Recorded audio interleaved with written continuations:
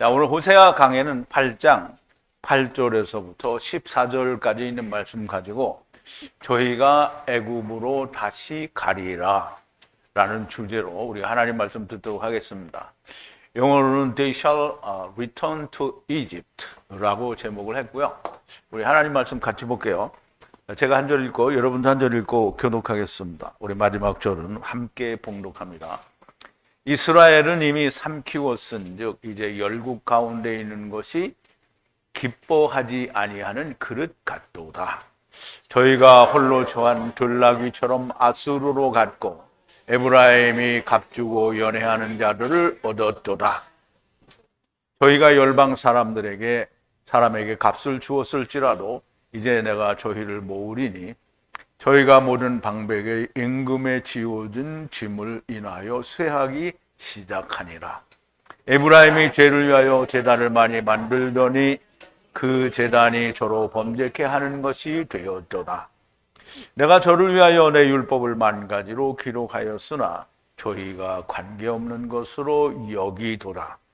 내게 드리는 제물로 말할지라도 저희가 고기로 제사를 드리고 먹거니와 여호와는 그것을 기뻐하지 아니하고 이제 저희의 죄악을 기억하여 그 죄를 벌하리니 저희가 애굽으로 다시 가리라. 이스라엘은 자기를 지은 자를 잊어버리고 전각들을 세웠으며 유다는 견고한 성읍을 많이 쌓았으나 내가 그 고을들의 불을 보내어 그 성들을 삼키게 하리라. 아멘. 우리 잠깐 기도하겠습니다. 사랑이신 우리 아버지 하나님, 참으로 감사합니다. 하나님의 사랑은 끝이 없고 하나님의 사랑은 모든 걸 덮으시고 하나님의 사랑은 버리는 것이 하나도 없는 놀라운 사랑입니다. 그 사랑 가운데서 저희들이 세상에 여호와 하나님과 더불어 왔으며 또 우리가 여호와 하나님과 더불어 세상에서 우리의 일을 하다가 주님을 만나면 주님과 함께 우리가 죽고 살아 우리가 가탄이 되고 우리가 믿는다 하고 주님과 함께 죽는 일이 일어나지 않으면 여전히 가돌 사랑에 남아있는 자가 될 수밖에 없는 것을 압니다. 아버지 하나님, 오늘도 호세아서를 통해서 이스라엘이 어떻게 하나님을 배반하고 하나님을 떠났으며 어떻게 하나님께로 돌아오게 되는지를 우리가 잘 깨닫고 야다하는 놀라운 시간이 되도록 역사하여 주시옵소서. 예수님의 이름으로 기도하옵나이다. 아멘.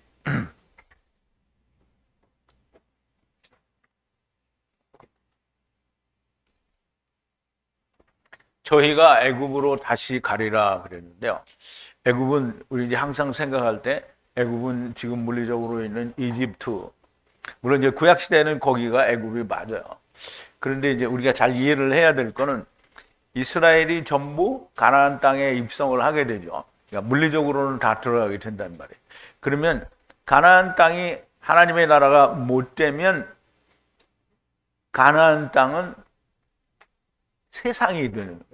그래서 예수님이 분명히 요한복음 17장에서 얘기했을 때 세상이 너희를 미워한다. 그래서 애굽이 너를 미워한다라는 말이 아니고요. 유대인들이 너를 미워한다라는 말이에요. 그래서 애굽이라는 말은 이집트를 말할 수도 있지만 곧 세상을 말한다. 곧 유대인들이 세상이고 그것이 더 커지면 온 세상이 하나님의 말씀을 미워한다라는 말이 됩니다. 그러므로 여기서도 애굽으로 돌아가리라 하는 말을 이집트로 돌아간다라는 말도 포함이 되어 있지만 결국은 장래에는 다 세상으로 돌아간다라는 그런 의미가 들어져 있는 겁니다. 우리가 이 본문을 들어가기 전에 되새김, 지난 시간에 나눈 말씀으로 좀 되새김을 해볼게요. 나팔을 입에 향하게 되면 나팔을 입에 가져가면 뭐 하는 거예요? 불어야죠. 집 위에 독수리가 있을 것이라. 이 집 위에는 이제 집은 보통 사람의 집도 집이지만 성경에서는 이 집을 얘기할 때 여호와의 집을 말합니다. 여호와의 집은 이스라엘을 말하죠. 세상 전체를 말할 수도 있고 이스라엘을 말할 수도 있습니다. 독수리가 있을 거라는 말은 죽은 자들이 있다라는 말이 되겠죠. 여호와의 언약을 넘어가고 율법 위에 반역을 하였습니다. 그러면 이제 독수리가 죽음을 먹으러 온 거잖아요. 근데 어떻게 죽었냐면 전부 여호와의 언약을 넘어가고 율법 위에 반역을 했기 때문에 독수리가 모인다라는 말이죠. 라이 소리 지르기를, 그러면 이제 30을 이룬다라는 계명의 말씀으로 소리를 지르기를, 하나님이여 이스라엘을 아십니다. 이스라엘은 하나님께 여전히 말하는 게 뭐냐면, 하나님, 우리가 하나님의 백성이 아닙니까? 하나님이 우리를 택하셨습니다. 우리는 택한 민족이요, 우리는 하나님이 우리를 아십니다. 이렇게 얘기하는 거예요. 하나님이 아시는 거하고 내가 하나님을 아는 거하고는 큰 차이가 있는 거죠. 근데 내가 하나님을 아는 거는 하나님에 의해서, 말씀에 의해서 내가 하나님을 알게 되면 아는 건데, 내가 원하는 하나님을 아는 것은 하나님을 아는 게 아니죠. 그러므로 이스라엘을 아십니다라는 말은 자기들이 행하고 이룬 것으로 하나님이 우리를 아십니다라고 말을 하는데, 그런 일이 있을 수가 없는 얘기죠. 이스라엘이 손을 던져버렸으니 적이 추적할 것이라. 이스라엘이 손을 던져버렸대요. 선이라는 게 뭐냐면 율법을 잘 지켜서 하나님의 나라로 들어가는 게 그게 선입니다. 율법을 잘 지켜서 하나님의 성전으로 되는 것, 그게 선이에요. 그러므로 선은 내가 무슨 이 행위를 정말 선한 일을 많이 했기 때문에 선이 되는 게 결코 아닌 거예요. 하나님이 세상에서 사람들이 선을 베풀어서 선을 이루기를 기대하지 않아요. 하나님은 율법으로 세상에서, 율법에 의해서 세상에서 성전이 되기를 바라요. 그게 지혜고 그게 선입니다. 율법으로 세상에서 성전이 되는 것을 거절하였으니, 이제 그거 거절했다는 말이에요. 가나안 땅에 들어가는 거 거절했으니까. 그리고 이제 장차는 예수님이 오신 것도 거절하게 되죠. 마귀가 달라붙을 것이라는 말씀인데요. 그들을 다스리는 자는 나로부터가 아니요. 그러면 하나님으로부터 다스리는 자가 나오지 않고 왕이 하나님이 세우신 자가 아니라는 거죠. 방백들은 하나님이 모르신대요. 그리고 금과 은으로, 금은 하나님의 말씀이고 은은 율법이죠. 금과 은으로 그들이 우상을 만들었어요. 그런데 우리가 우상을 만드는데, 세상에서는 우리가 우상을 만들 때 어디 가서 진짜 이 돌상을 깎아서 붙여 만들어 놨으니까 막 돌상을 깎아서 이게 우상이라고 생각하는데, 성경에서 말하는 우상은 물론 그런 것도 우상이에요. 왜냐하면 그 바알 선지자와 아세라 목상을 세우는 거, 이런 게 다 우상이긴 한데, 하나님이 말씀하시는 우상은 하나님의 말씀을 왜곡시키거나 변개하는 거예요. 즉 하나님의 말씀에 뭔가를 더해버리면 그러면 그게 우상이 된 거예요. 그래서 그걸 금과 은으로 우상을 만들었다라고 하는 거예요. 그러면 잘라내시라는 거예요. 하나님께서 끊어내신다는 거죠. 사마리아의 손은 거절되었느니라. 이제 사마리아의 손은 그 북이스라엘 왕이 자기 백성들이 유다 나라로 가서 거기서 이 하나님께 경배를 드리면 자기 백성을 다 유다 왕에게 뺏길 것 같으니까, 그러면 니네는 거기 갈 필요 없다. 그리고 베델과 단에 송아지를 사마리아의 소를 세워가지고 거기서 너희가 하나님께 경배를 드리라, 이렇게 말을 했어요. 그래서 그거는 이제 거짓이니까 어떻게 그 소는 거절되었다라고 말씀하시죠. 그러므로 사마리아의 소가 거절되었다라는 말은 그냥 이스라엘이 사마리아에 그 소 2마리를 베델에도 세우고 이 단에도 세웠으니까 이거는 잘못되었다, 이렇게 생각할 수 있는데, 물론 그거 틀린 말이 아닙니다. 그런데 항상 하는 얘기지만, 이게 우리가 여러분의 복덕방을 통해서 집을 하나 살 때에도 계약서를 쓰잖아요. 근데 계약서를 썼는데 그러면 이제 계약자도 피계약자도 하나씩 갖는단 말이죠. 그럼 피계약자가 계약서를 자기 임의로 막 바꿔요. 그래서 자기가 유리하게 만들어 놓고 이제 그걸 계약서라고 가져오면 원본 계약자가 뭐라 그래요? 넌 그거 가짜니까 너는 그거 안 한다고 하죠. 그럼 무얼로 해야 되니? 원본 계약으로 해야 되는 거죠. 그러므로 하나님의 말씀에 무언가 더하거나 빼거나 이방의 우상과 많은 세상의 지식, 사람의 교훈과 계명이 들어가면 그것은 더 이상 언약이 아니라는 거예요. 하나님의 언약은 하나님이 처음 주신 히브리어 원어로 언약이 되어 있으므로 우리가 나중에 심판을 받게 될 때 우리가 변개해 놓은 그 번역으로 우리를 심판하시는 게 아니라 하나님께서 처음에 주신 그 말씀으로 심판을 하시는 거예요.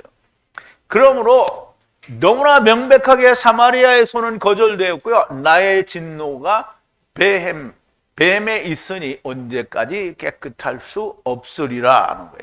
그럼 이제 하나님의 진노가 성전이 되는 말씀 안에 있으니까 그러면 니네가 언제 깨끗하게 될 수 있느냐라는 거죠. 이스라엘의 후는 너무나 명백하게 예수 그리스도나 처음 첫사람 아담이면 나중 사람 아담을 말하죠. 그런데 여기는 바후가 들어갔으니까 사람의 생각이 들어간 후를 말하고요. 그래서 그 바후의 숭늉공들이 만든 것이 그게 이제 말하자면 사마리아의 소라는 거예요. 후 하나님이 아니므로 사마리아의 소는 황폐케 될 것이라고 하고요. 성령으로 씨를 뿌려도, 즉 성령 안에서 씨를 뿌려도 광풍으로 곡식을 추수하지 못할 것이고 싹을 만들지 못할 것이라. 예수 그리스도께서 성령으로 씨를 모든 열매를 맺었잖아요. 그래서 씨가 모든 열매 맺은 자들에게 씨가 있어요. 그걸 가서 막 열심히 뿌리잖아요. 그러니까 제자들이 온 땅에 퍼져서 복음을 전했고요. 사도 바울도 유대와 사마리아와 땅 끝까지 이르러서 지금 이방에 나가서 복음을 증거했어요. 근데 이 복음을 증거했더니 이 사람들이 다 믿었어요? 얼마나 믿었을까요? 우리는 이제 성경을 중심으로 보니까 이게 안 믿은 사람은 얼마 없고 믿은 사람이 전부인 줄 아는데 믿은 사람만 기록한 거예요. 안 믿은 사람은 어떻게 해요? 뭐 세상을 덮고도 남죠. 그래서 성령으로 씨를 뿌렸는데도 광풍으로 곡식을 추수하지 못할 것이고 싹을 만들지 못할 것이라. 그런데 열매가 잘 맺어져서 씨를 뿌려서 곡식을 얻어서 밀가루를 만들었어요. 근데 누가 먹어요? 이방인이 삼키리라. 성령님에 의해서 하나님의 말씀을 뿌려도 이스라엘은 이를 거부하고 결국 추수하지도 싹도 자라지 못하게 되는데, 그런데 복음이 성경 전반에 걸쳐 예언되었으나 실제로 일어나는 것을 사도행전에서 기록되었죠. 이스라엘이 복음을 거절하여 이방으로 넘어갔다라는 말까지가 우리가 지난 시간에 나눈 말씀인데요. 자, 이제 오늘 본문 8절인데요. 이제 이스라엘은 삼켜져서 열방으로 하야 했으니 율법이 바부 기쁨이 아니로다. 이제 보세요. 이스라엘이 이방에 삼켜졌다고 했잖아요. 이방에게 삼켜졌어요. 넘어갔단 말이에요. 이방과 합쳐졌어요. 그게 아주 혼탁하게 된 거죠. 그러므로 율법이 바부의 기쁨이 아니라는 거예요. 그럼 이제 율법은 이스라엘의 기쁨이 안 된다는 거예요. 왜냐하면 율법은 더 이상 이스라엘에게 하나님의 성령님의 역사가 없어요. 우리가 이제 민수기에서 배우잖아요. 이스라엘의 그 모세와 함께 있었던 70일의 장로들이 예언을 하다가 쉰다고 했어요.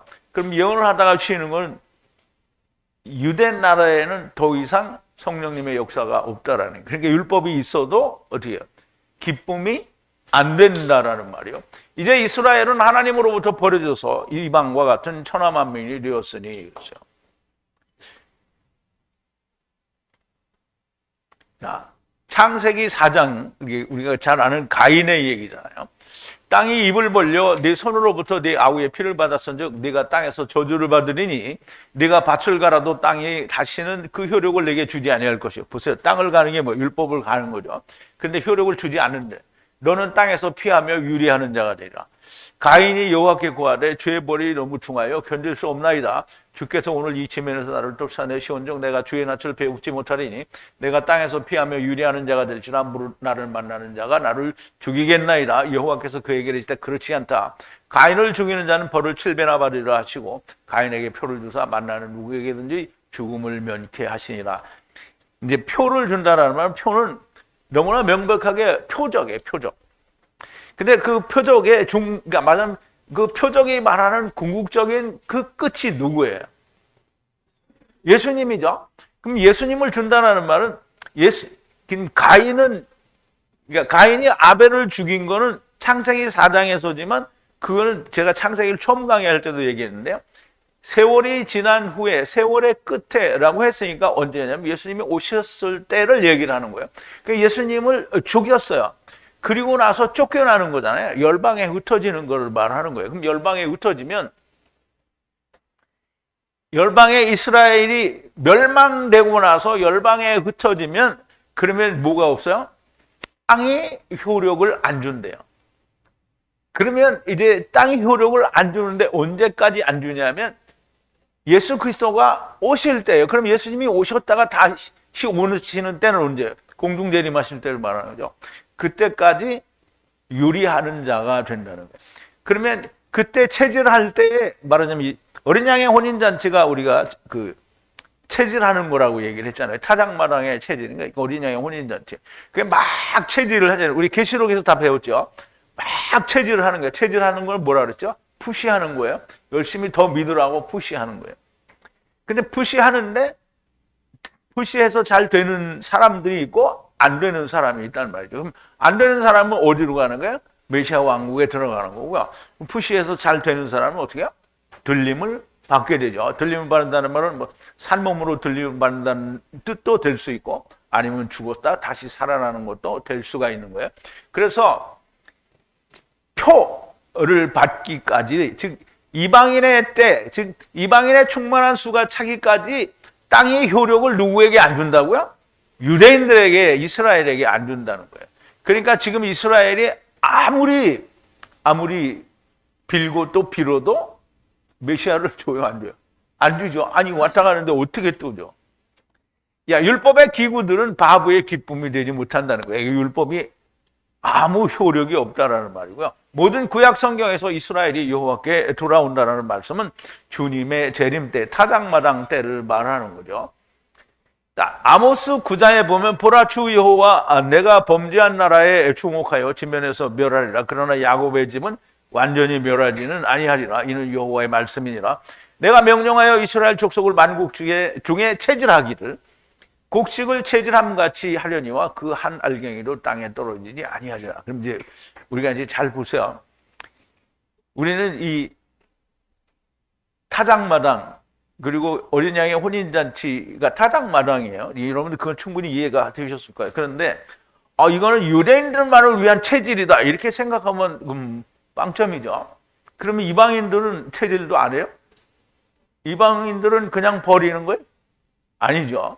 그래서 메시아 왕국을 다른 말로는 뭐라고 한다고 했죠? 천년 왕국이라고 하는 거예요. 그래서 유대인들과 이방인을 같이 체질하는 겁니다.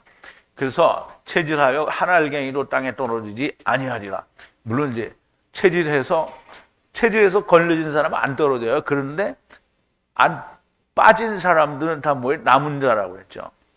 내 백성 중에서 말하기를 화가 우리에게 미치지 아니하며 임하지 아니하리라 하는 모든 죄인은 칼에 죽으리라. 그날에 내가 다윗의 무너진 천막을 일으키고 그 틈을 막으며 그 퇴락한 것을 일으켜 옛적과 같이 세우고 저로 의로 남은 에돔의 남은 자와 내 이름으로 일컫는 만국을 기업으로 얻게 하리라. 이를 행하시는 이는 여호와의 말씀이라 그랬죠.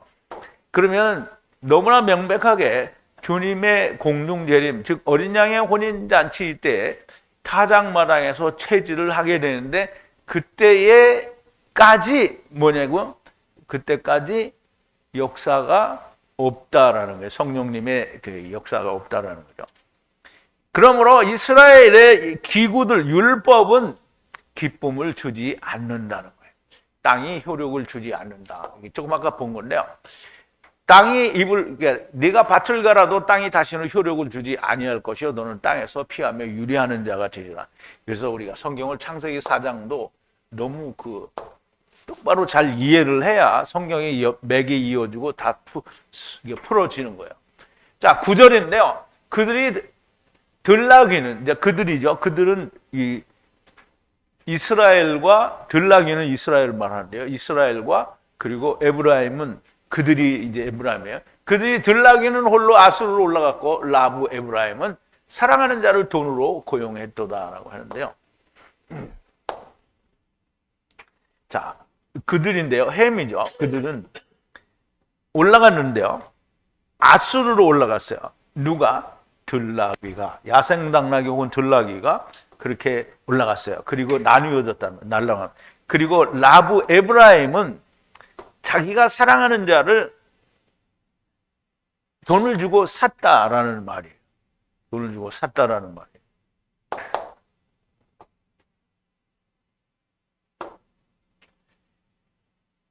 자, 이제 우리가 들나귀에 대해서 잘 이해를 해야 되는데요.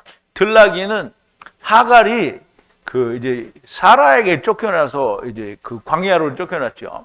그래서 이제 이게 이스마엘을 낳기 전에 이게 통곡하고 기도하니까 하나님의 천사가 나타나서 자기가 이제 쫓겨난 게 아니라 사라가 쫓아낸 게 아니라 핍박을 하니까 자기가 도망갔죠.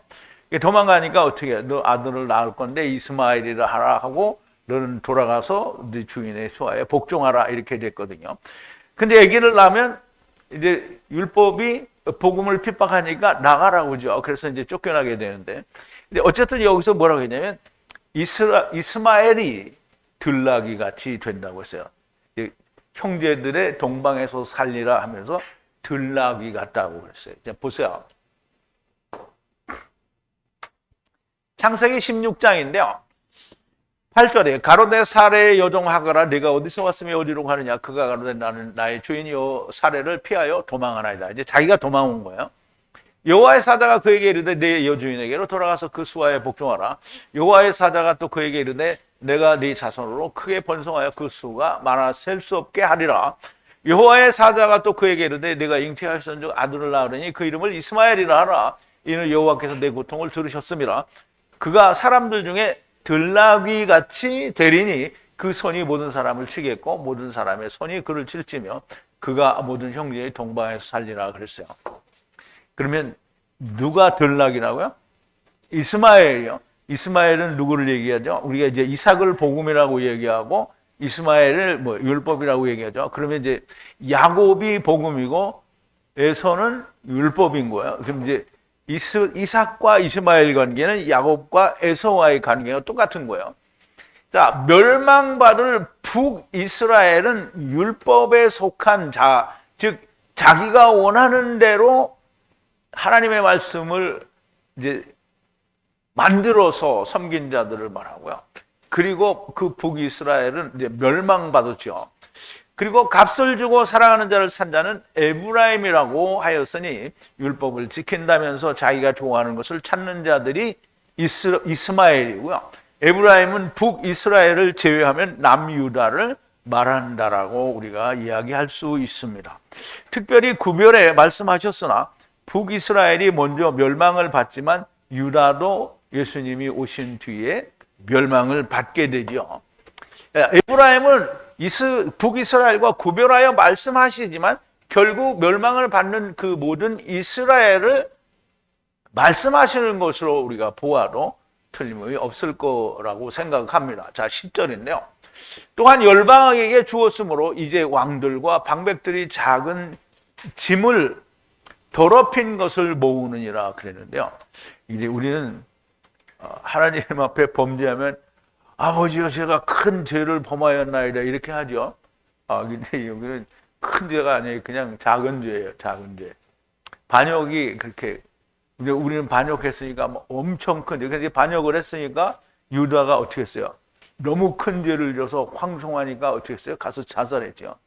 근데 황송해서 자살하는 게 아니라 그렇게 큰 죄가 무겁지만 작은 죄예요. 자, 이제 우리가 한번 보자고요. 자, 역시 이제 감인데요. 또한 열방이에요. 여기 이제 고인인데요. 이게 배고인데 이게 이방이라는 뜻으로도 쓰이지만 이제 천하만민 모든 백성이라는 의미를 가지고요. 민족으로 주었으므로 이제 모은다는 거예요. 더럽힌 것을 모으는데요. 무거운 짐을 적게 더럽힌 거예요. 그럼 이제 무거운 짐인데 이거를 자기들은 괜찮다고 하는 거야. 이루었다라고 하니까. 그래서 장관들과 왕들이 더럽히기 시작한 것을 모으는 거예요. 그러면 이제 죄악을 모은다라는 거예요. 그래서 죄악을 모은다니까 그러면 살인죄도 모으고 무슨 반역죄도 모으고 무슨 사기친 것도 모으고 누구 죽인 것도 모으고 막 이렇게 하는 게 아니죠. 하나님의 말씀에서 벗어난 걸 꺼내오는 거예요. 그것을 지금 모으는 거예요. 이제 이스라엘이 삼켜져 열방으로 하야했으니 율법의 기구가 기쁨이 되지 않는다고 했습니다. 그러므로 이스라엘은 열방에게 주어진 것이므로 왕들과 방백들의 그 작은 말씀을 들어올리는 짐을 더럽힌 것을 모은다라는 거예요. 다시 말하자면 열국으로 흩어지게 된 이유를 지금 모아서 이야기한다라는 말이에요.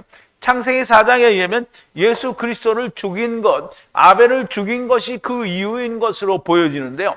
그런데 그것이 절대적인 이유가 아니라는 거예요. 그럼 이제 보세요. 우리가 이해를 못하면 가인이 아벨을 죽였잖아요. 그러니까 가인은 무조건 다 사형을 당해야 돼요. 그러면 전부 가인은 다 율법을 지킨 사람들이 다 가인이에요.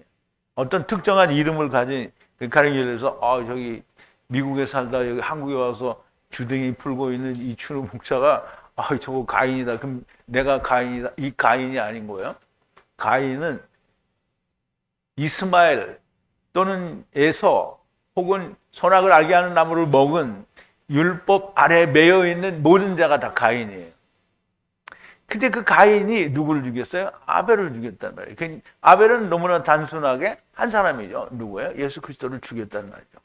그러니까 예수 그리스도를 죽였으니까 가인을 죽여버리면 이제 어떻게 해요? 가인이 다 죽어버렸어. 그러면 예수 믿을 놈이 없죠. 다 죽었는데 누가 믿을 거야? 그것이 절대적인 이유가 아닙니다. 만약 그렇다면 유대인 중에는 구원받을 자가 하나도 없어야 되고요. 예수 그리스도를 죽인 자도 아버지를 떠난 죄를 깨닫고 회개하면 구원이 되죠. 그러니까 이제 보세요. 유다가, 베드로는 예수님을 3번 부인했잖아요. 그런데 안 죽어서 자살 안 했단 말이에요. 그랬더니 주님이 불러다가 어떻게 해요? 물고기 다 먹여주고, 그럼 3번 너 나 사랑하냐 물어보고 이제 하나님의 복음을 증거하라고 얘기를 했단 말이에요. 그리고 어떻게 죽을 것까지도 다 얘기했죠. 그런데 유다는 어떻게 했어요? 너무 황송해. 그래가지고 어떻게 자기가 죽어버렸어요. 그러니까 예수님이 어떻게 해요? 아니 회개하면 될 텐데 왜 뒤져? 그러니까 뭐라 그랬어요? 낫지 않는 게 더 나을 뻔했다. 얘기를 한 거예요. 오늘 우리가 예수를 믿고 구원 얻었다고 하는데 여러분들은 예수님이 누구 때문에 죽었다 그래요? 나 때문에 죽었다 그러죠? 내가 죽였잖아. 내가 죽였는데 여러분이 가인이야. 그죠? 그럼 내가 죽였는데 어떻게 나 죽으면 어떻게 구원 받아요? 못 받아요? 근데 지금 어떻게 받았어요? 안 받았어요? 받았죠?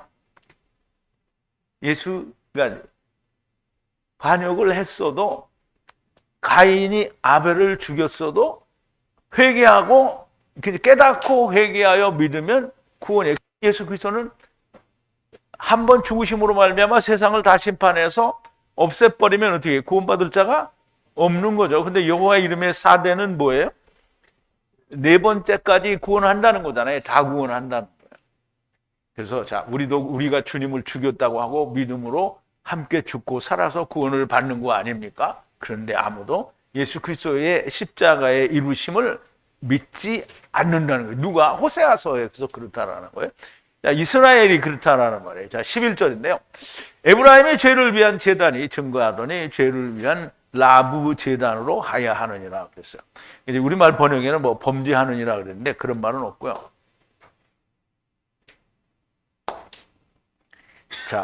에브라임이 증가했어요. 많이 늘어났단 말이에요. 범죄를 위한 제단이 늘어났어요.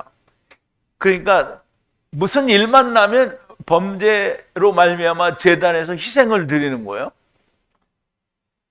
그래서 범죄로 말미암는 제단으로 하야했다는 거예요.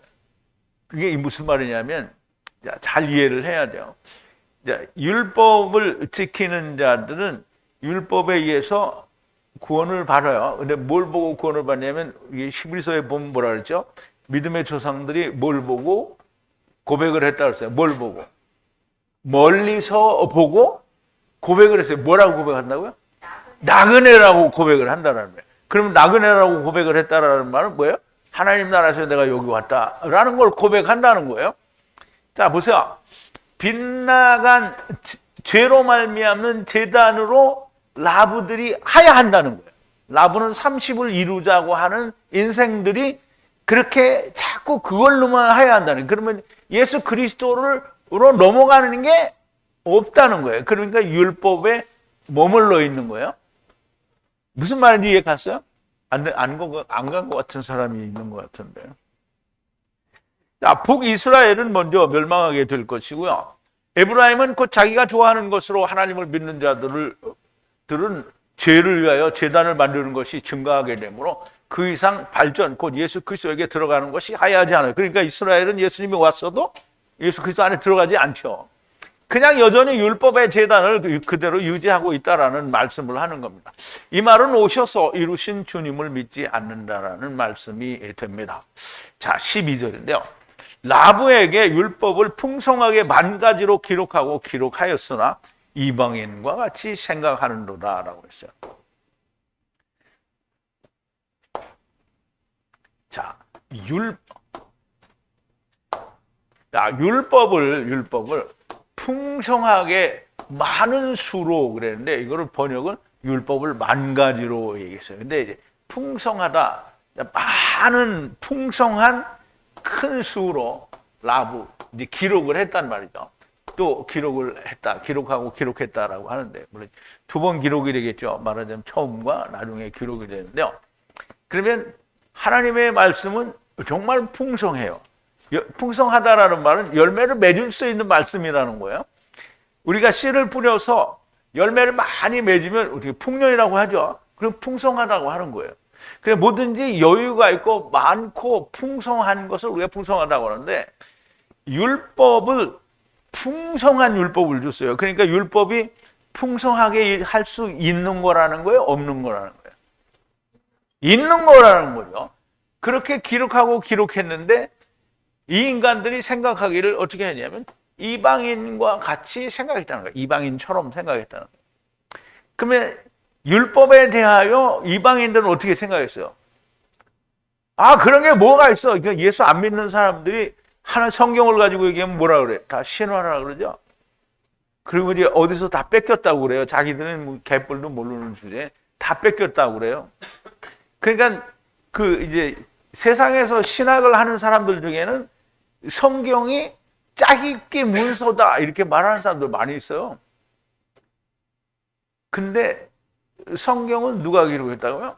하나님이 기록하셨어요. 모세를 통하여 또는 성경의 저자들을 통하여 하나님의 성령의 감동하심으로 기록이 됐으니까, 이 성경이 어느 신화에서 뭘 뺏겼다 뭐 이렇게 말하는 사람이 있으면, 그러니까 이제 번역을 히브리 성경을 번역을 헬라어로 다 해놓고 나중에 한참 지나서 이놈들이 하는 얘기가 다 뭐라고 하냐면, 이 신화가 그리스 신화에서 왔다 이렇게 얘기하는, 히브리어가 그러니까 하나님이 말씀하시는 얘기가 어디에서 왔다고요? 신화에서 왔다라는 말을 하는 거예요. 그게 무슨 말이냐면, 그러니까 하나님이 성경을 기록하신 언어는 처음 언어가 히브리어예요.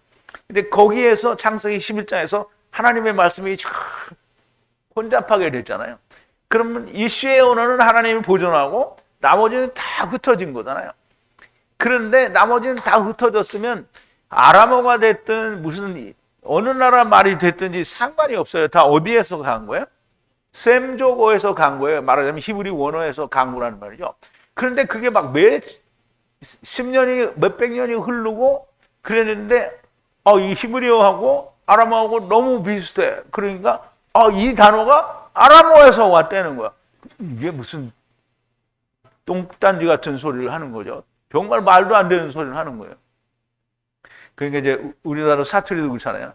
표준어에서 이제 사투리가 가는 거잖아요. 근데 사투리를 가져 쓰면서 표준어가 사투리에서 왔다 이렇게 말하는 게 똑같은 거예요. 정말 이게 생각을 좀 해야 됩니다. 지금 하나님의 말씀을 완전한 율법을 줬는데 사람들이 다 이방인처럼 그렇게 신화라고 생각을 하는 거예요. 그러니까 하나님의 말씀으로 이해를 안 하는 거죠. 30을 이루려는 세상에 풍성하게 만 가지로 기록했으나 율법과 복음으로 기록하고 또 기록하였으나 저희들이 이방인과 같이 생각한다라는 거예요. 예수를 믿는다고 하면서도 여전히 범죄에 대하여 제사를 드리는 제단을 갖고 있다라는 말이 됩니다. 여전히 젖이나 먹는 어린아이라는 말씀이고 또 예수 그리스도의 몸을 단번에 들이심으로 말미암아 우리가 거룩함을 입었다라는 걸 믿지 않는 거예요. 우리 한번 보자고요. 히브리서 5장인데요. 그러니까 히브리서는 그거예요. 유대인들 중에 개종을 해서 기독교인들이 됐어요. 즉 다시 말해 예수 믿는 사람들이 됐는데 유대인들이 핍박을 하는데 엄청 핍박을 해요. 그러니까 우리가 사도 요한이나 제자들이 베드로가 복음을 증거해서 교회가 되잖아요.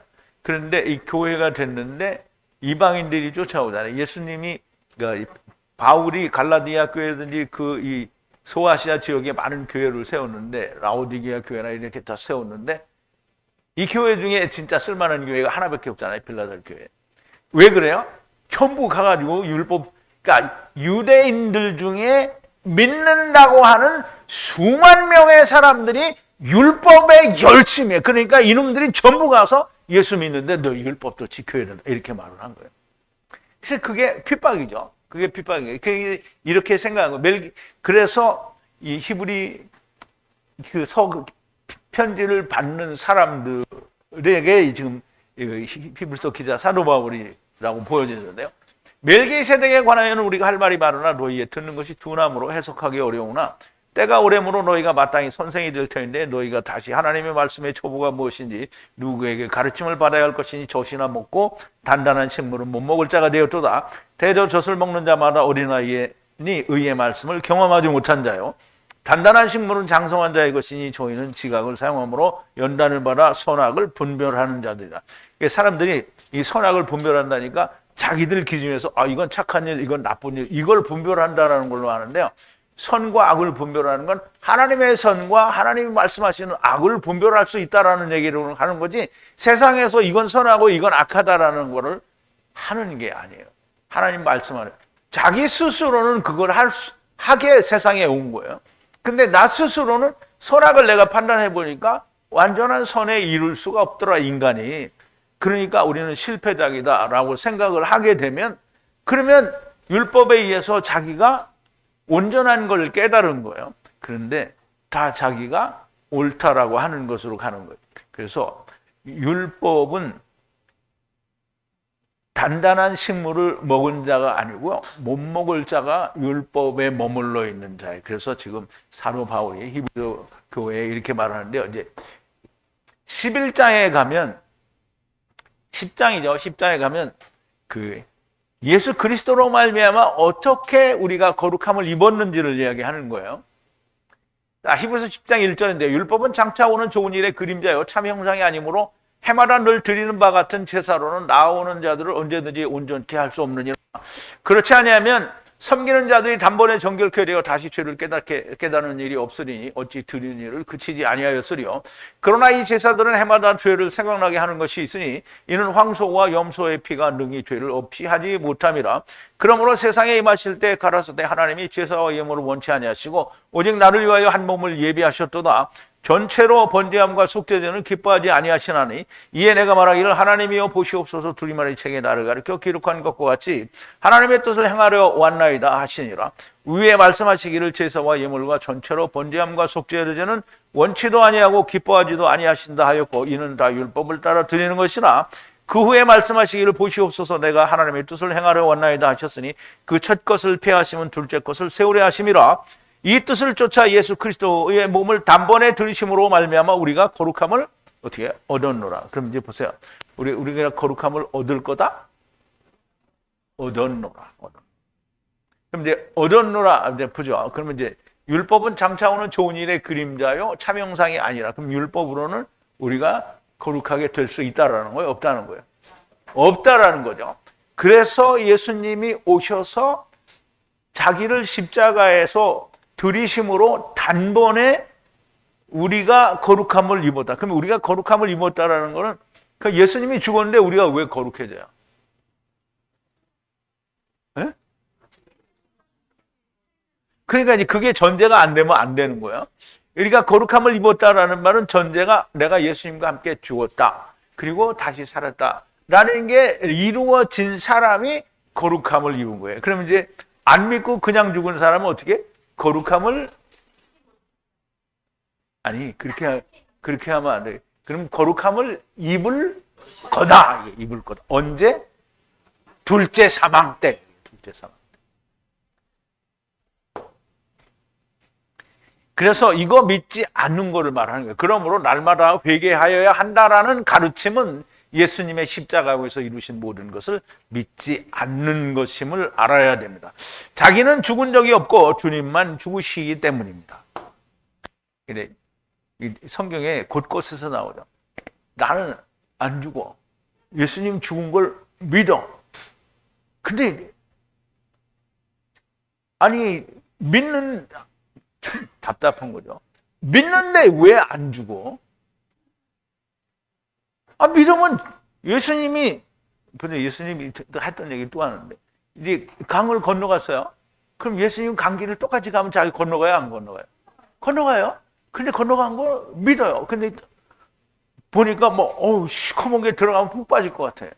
그래서 어떻게 해요? 믿음으로 간다 했으니까 나는 믿어. 근데 난 안 가. 그게 되는 거예요? 안 되는 거예요? 안 되는 거예요. 그래서 성경에 그게 막 수십 군데 나오는 거예요, 그게. 근데 사람들이 그거 안 하죠. 그러므로 전부 믿는다는 얘기만 하는 거예요. 자, 13절인데요. 희생 번제물을 희생을 드리고 고기를 먹을지라도 이제 여호와께서 기쁘게 여기지 아니하니 악을 기억하여 속죄제로 방문하였으나 그들이 애국으로 돌아가는도다 그랬어요. 자, 이 말도 우리말 번역은 참 잘못됐는데요. 내가 드리는 제물로 말할지라도 저희가 고기로 제사를 드리고 먹거니와 여호와는 그것을 기뻐하지 아니하고 이제 저희의 죄악을 기억하여 그 죄를 벌하리니 그랬어요. 근데 이 속죄제라는 말이 그래서 히브리어 단어는 다 양면성이 있다고 했죠. 그래서 속죄를 해서 구원을 할 때에는 속죄제가 돼서 속죄제는 두 가지의 의미가 있다고 해서 그래서 너무나 명백하게 죄를 사한다라는 의미가 들어있지 않는 문맥에서는 범죄자요. 그런데 속죄제, 그러니까 죄를 사해준다라는 의미가 있을 때에는 너무나 명백하게 속죄제가 되는데요. 여기서는 저희의 죄를 기억하여, 지금 하나님이 저희의 죄를 기억했어요. 그럼 죄를 기억해서 하나님이 오시면 어떻게 해요? 속죄제를 주시는 거죠. 그러니까 구원하는 거예요. 그런데 벌하는데 하나님은 징계를 하거나 하나님께서 바로잡거나 하는 건 있는데 여기서 말하면 벌한다는 게 번역에서 벌한다라는 건 뭐예요? 다 멸망시킨다라는 거잖아요. 근데 그런 건 존재하지 않아요. 자, 이제 우리가 원문에는 어떻게 되어 있는지 한번 보자고요. 자, 희생 제물과 번제물을 제사로 드리고 그 고기를 먹어요. 그럼 이제 여기 잘못된 게 하나도 없죠. 희생도 드리고 번제물도 드리고 결국은 고기를 먹는 거잖아요. 그럼 여호와 하나님께서 기쁘게 여기지 않으신다는 거예요. 이제 지금 기쁘게 여기지 않는다는 거예요. 왜냐하면 희생과 번제물을 드리고 고기를 먹을지라도 왜? 하느님이 이스라엘은 열방으로 흩어졌잖아요. 열방으로 흩어져서 열방에 지금 이방인에게 삼켜졌단 말이에요. 천하만민으로 삼켜졌어요. 그러니까 지네들이 모여가지고 희생도 드리고 번제물도 드리고 제단에 드리고 열심히 다 드리고 그러니까 이제 보세요. 지금 예수 그리스도께서 모든 걸 이루셨잖아요. 지금 오늘 우리가 이스라엘처럼 제단을 만들고 거기다가 소를 잡고 염소를 잡고 양을 잡아서 하나님께 제사를 드리고 고기를 쳐먹어요. 그럼 하나님이 기뻐해요? 안 해요? 당연하죠. 지금 그 얘기를 하는 거예요. 그리고 이제 보세요. 악을 하나님께서 기억했어요. 그럼 하나님이 악한 걸 기억했어요. 그러니까 하나님이 악한 걸 보면 어떻게 해요? 그거를 악을 어떻게 해야 돼요? 덮어야 되죠. 하나님이 방문하셨어요. 그래서 속죄제를 주셨어요. 그럼 이제 보세요. 하나님이 죄악을 발견하고 악을 발견해서 속죄제를 그럼 누구 왔다는 거예요? 예수님이 왔다는 거죠. 예수님이 오셔서 그걸 했어요. 그런데 그들이 애굽으로 돌아간대요. 그게 무슨 말이냐면 예수 그리스도가 오셔서 모든 걸 이루셨는데 유대인들이 안 믿는다. 안 믿고 애굽으로. 그러면 이제 유대인들이 거기서 마차 타고 말 타고 전부 낙타 타고 애굽으로 이집트로 내려갔다는 거예요? 그냥 안 믿고 이게 율법 아래 유대 땅에 있다는 거예요. 근데 그 유대 땅에서 흩어지게 되는 거죠, 이제. 자, 그들이 희생의 번제물로 희생을 드리고 고기를 먹을지라도 여호와께서 기뻐하지 않으시는 것은 이스라엘의 악을 기억하여 방문하여 속죄제를 드렸음에도 그들이 애굽으로 돌아간다는 말씀이고, 이 말씀은 예수 그리스도께서 오셔서 저들의 악을 위해 십자가에서 속죄제를 드리셨음에도 그들이 여전히 세상을 사랑한다는 말씀을 하시는 겁니다. 예수 그리스도의 모든 것을 이루신 십자가 위에도 저들이 예수 그리스도를 믿지 않을 것이라는 말씀을 하시고 계시는 거예요. 예수 그리스도께서 다시 사셔서 40일 동안 하나님 나라의 일을 전하셨는데 많은 사람들이 주님의 말씀을 믿은 것이 아닙니다. 그러니까 우리 성경에는 말하자면 생명만 이렇게 적는 거잖아요. 그 생명을 적였는데 이 생명을 진짜 생명으로 받지 않고 자기가 자기 속에 생각하는 대로 생각을 하는 거예요. 그런데 진짜 생명을 받잖아요. 그러면 죽어요, 살아요? 살죠. 그런데 그거 했는데 안 믿어요. 그러니까 성경에는 안 믿는 거로 막 안 써놔요. 성경에는 누가 안 됐다 이거 막 누구는 안 됐고 누구는 안 됐고 누구는 안 됐고 누구는 안 됐고 그거 써요? 안 써요? 안 써요. 누가 됐다 누가 됐다 누가 됐다. 그 너희도 이렇게 하라 이거야. 근데 우리는 이걸 보면서 믿은 사람이 막 엄청 많이 나온 것 같은데 아니요. 믿는 사람은 조금이에요. 조금. 자, 주님의 제자들과 사도 바울이 그토록 발이 닳도록 다니셨음에도 불구하고 유대인들의 대적은 날이 갈수록 심했으며 결국 복음이 이방으로 넘어가게 된 겁니다. 자, 사도행전 18장인데요. 안식일마다 회당에서 강론하고 유대인과 헬라인을 고면하니라 실라와 디모데가 마게도냐로 내려오며 바울이 하나님의 말씀에 붙잡혀 유대인들에게 예수는 그리스도라 밝히 증거하니 저희가 대적하여 회방하거늘 바울이 옷을 떨어 가로되 너희 피가 너희 머리로 돌아갈 것이요 나는 깨끗하니라. 이후에는 이방인에게 가리라 하고 거기서 옮겨 하나님을 공경하는 디도 유스도라 하는 사람의 집에 들어가니 그 집이 회당 옆이라. 또 회당장 그리스도와 온 집으로 더불어 주를 믿으며 수단 고린도 사람도 듣고 믿어 세례를 침례를 받더라. 밤에 주께서 환상 가운데 바울에게 말씀하시되 두려워 말며 잠잠하지 말고 말하라 그랬어요. 그러면 유대인들이 바울과 제자들이 가는 곳곳마다 피 튕기게 쫓아다니면서 어떻게 대적질을 한 거죠. 그래서 복음이 어디로 갔다가 이방으로 넘어간 거예요. 자, 유대인 가운데 믿는 자가 수만이라고 그랬는데 이 수만이 다 가짜라는 거죠. 자, 사도행전 21장인데 그 이튿날 이제 사도 바울이 이 고린도 교회 이 마게도냐 지방에서 이제 자기는 로마로 가서 이제 순교 당할 걸 생각하고 이제 쭉 내려오는 과정을 우리가 보잖아요. 근데 그 내려올 때 나중에 예루살렘에 들어오게 돼요. 그 예루살렘에 들어오니까 이제 사도 바울이 이방 지역에서 증거한 복음이 결국은 율법에서 해방되라는 거잖아요. 근데 이게 문제가 된 게 뭐냐면 형제들이 그 복음이 문제가 된 게 아니라 이게 유대인들 가운데서 믿는다고 하는 놈들이 바울을 죽일까 봐 무서운 거예요. 그래서 이튿날 바울이 우리와 함께 야고보에게로 들어가고 이제 야고보에게도 가고 장로들을 방문한 거예요.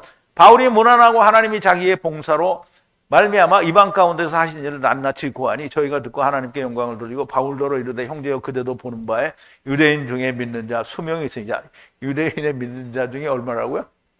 수만 명이 있어요. 이들이 다 율법에 열심히 있는 자라. 그럼 이제 우리가 이 말을 딱 이해를 해야 되는데 세상 사람들은 뭐예요? 예수 믿고도 율법에 열심히 있으면 되는구나 이렇게 생각하는 거예요. 근데 이제 보세요. 네가 이방에 있는 모든 유대인들을 가르치되 모세를 배반하고 이들 아들들에게 할례를 하지 말고 또 규모를 지키지 말라 한 다음을 저희가 들었도다. 그러면 어찌할꼬 저희가 필요한 그대에 온 것을 들으리니 이제 너 주기로 올 거다 이 말이죠. 그러니까 일단 결례를 행하는 거에 대해서는 문제가 안 되니까 너도 율법을 지키는 것처럼 결례를 행하라고 해서 머리를 깎으라고 해서 머리를 깎아요. 그런데 이 인간들이 그거를 듣고 어떻게 와서 바울을 죽이려고 막 별수단을 다 쓰죠. 자, 유대인 가운데 믿는 자가 수만이라 하는 말은 수만 명이 다 무늬만 예수 믿는 사람이라는 얘기하는 거예요. 그러면 교회마다 쫓아다니면서 대적질을 한 사람들이 누구냐면 예수 안에서 믿는다라고 하는 무늬만 가진 유대인 중에 믿는 자 수만인 거예요. 이 사람들이 자기도 죽고 예수님과 함께 죽고 살면은 이런 말을 해요, 안 해요? 자기는 안 죽고 믿기만 하는 자. 너무 예수는 믿는데요, 자기도. 그래서 믿는 자라고 하는 거잖아요. 근데 믿는데 자기는 안 죽은 거예요. 유대인들이 자기 죽는 건 모르죠. 그런데 믿는데요. 죽지 않고 믿는 자가 이거예요, 결국은. 자, 이 말은 무늬만 믿는 자들이라는 것이고요. 오늘날 예수 믿는다면서 율법을 지켜야 한다는 자들과 똑같은 자들입니다. 자, 14절은 마지막 절인데요. 이스라엘은 애투 전을 세우시고 만드신 자를 잊어버리고 유다는 견고한 성을 많이 증거했으나 성들의 불을 보내니 궁들을 삼키리라 그랬어요.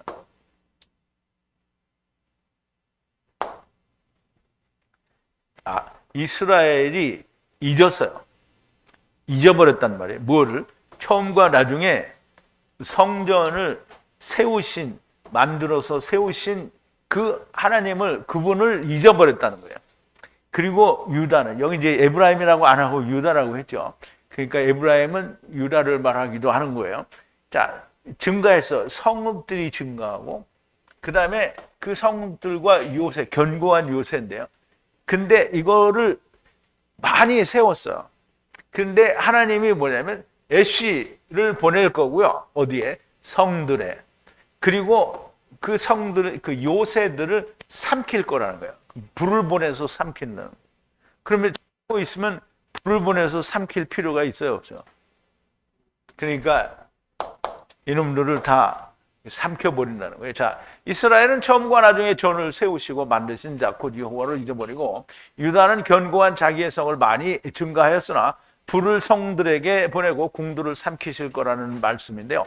이스라엘은 아수르에게 멸망을 당하고 아수르의 통치를 받으니 여호와를 잊어버린 자들이요.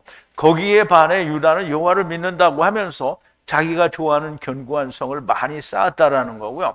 세상 곧 애굽으로 돌아간 것을 말씀하는 것이니 이집트로 돌아갔다는 말이 아니라 세상으로 돌아갔다는 말을 하는 거예요. 유다도 하나님의 불을 보내셔서 성들과 궁들을 삼키실 것이라는 말씀을 하는 겁니다. 저희가 다 애굽으로 돌아간다는 것은 자기가 원하는 좋아하는 것으로 돌아간다는 것이요. 결국 사람의 생각으로 돌아간다는 말을 하는 것이고요. 다른 말로 하면 가인에게 말씀하신 것처럼 땅에서 피하며 유리하는 자가 될 거다라는 말씀을 하시는 거잖아요. 자, 이제 봤던 말씀인데요. 다시 땅이 그 입을 벌려 내 손으로부터 내 아우의 피를 받았은즉 내가 땅에서 저주를 받으니 네가 밭을 갈아도 땅이 다시는 그 효력을 내게 주지 아니할 것이요 너는 땅에서 피하며 유리하는 자가 되리라. 그럼 이제 피하며 유리하는 자가 되리라. 얼마 동안? 표적이 올 때까지. 그럼 예수님이 이미 왔다가 간 거니까 공중재림하실 때까지 피하고 유리하는 자가 된다는 말. 다른 말로는 세상에 삼켜진 천하만민이 된다는 거고요. 이방인의 때가 찰 때까지 성령님의 역사는 이스라엘을 위해 쉴 거다라는 말을 우리가 민수기를 통해서 볼게요. 민수기 11장 25절에 보면 우리 이제 당연히 메추라기 먹을 때 이 얘기인데요. 자, 여호와께서 내려왔어요. 구름으로 내려오셔서 향하여 말씀하시기. 누구를 향해서? 이스라엘을 향해서 말씀하시기로. 결합하여 성령으로부터 결합하여 분리하는 분리하여 주는 70, 이씨 장로들에게 이제 성령을 결합하게 준다는 거야. 결합하여 준다는 거야. 그리고 성령을 주어서 그렇게 예언을 하게 되죠. 그런데 이제 쉰다는 거예요. 그 위에, 이스라엘 위에 영이 쉰다는 거예요.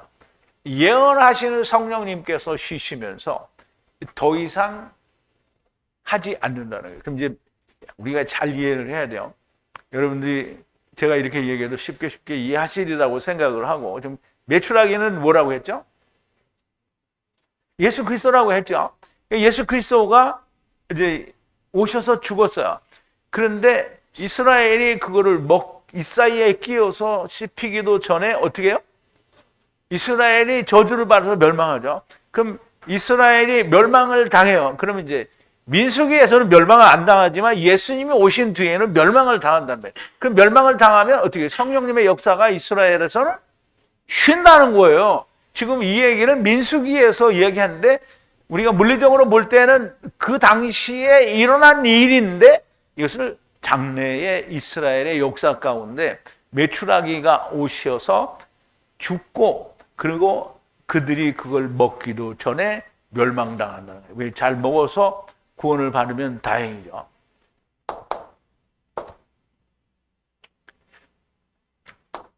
자, 성경 하나님의 말씀은 언약이고 계약입니다. 여호와 하나님과 하나님을 떠나는 이사갈과의 언약이 됩니다. 여호와 하나님을 떠나는 이사갈이에요. 그럼 하나님이 이사갈에게 얘기하는 거예요. 야, 너 나랑 같이 가자. 네. 그래서 언약을 하는데 이름을 이사갈이라고 한 건 뭐예요? 너 보상으로 들어올려 주겠다라는 거예요.